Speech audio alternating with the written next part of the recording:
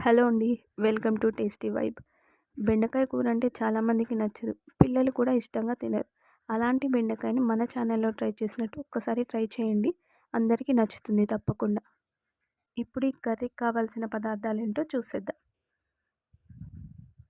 బెండకాయ ముక్కలను తుడుచుకొని నీట్గా చిన్న చిన్న ముక్కలుగా తరిగి పెట్టుకున్నాను.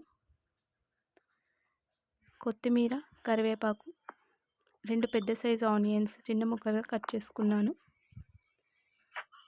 3 టమాటాలని ముక్కలుగా కట్ చేసుకోవాలి. పచ్చిమిర్చి నేను ఒక 15 తీసుకున్నానండి. ఈ పచ్చిమిర్చిని మీరు మీ రుచికి తగ్గట్టుగా అడ్జస్ట్ చేసుకోండి.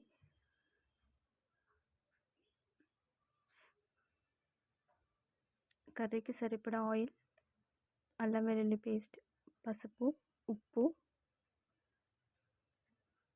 స్టవ్ వెలిగించి కడాయి పెట్టుకొని అందులో ఇందాక కట్ చేసుకున్న ఆనియన్స్, ఆయిల్ వేసుకుందాం.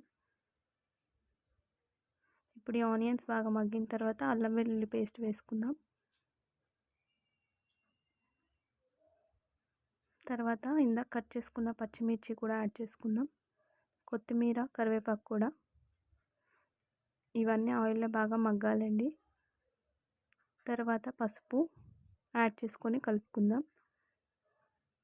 కట్ చేసి పెట్టుకున్న బెండకాయల ముక్కలు కూడా ఇందులోకి యాడ్ చేసుకోవాలి.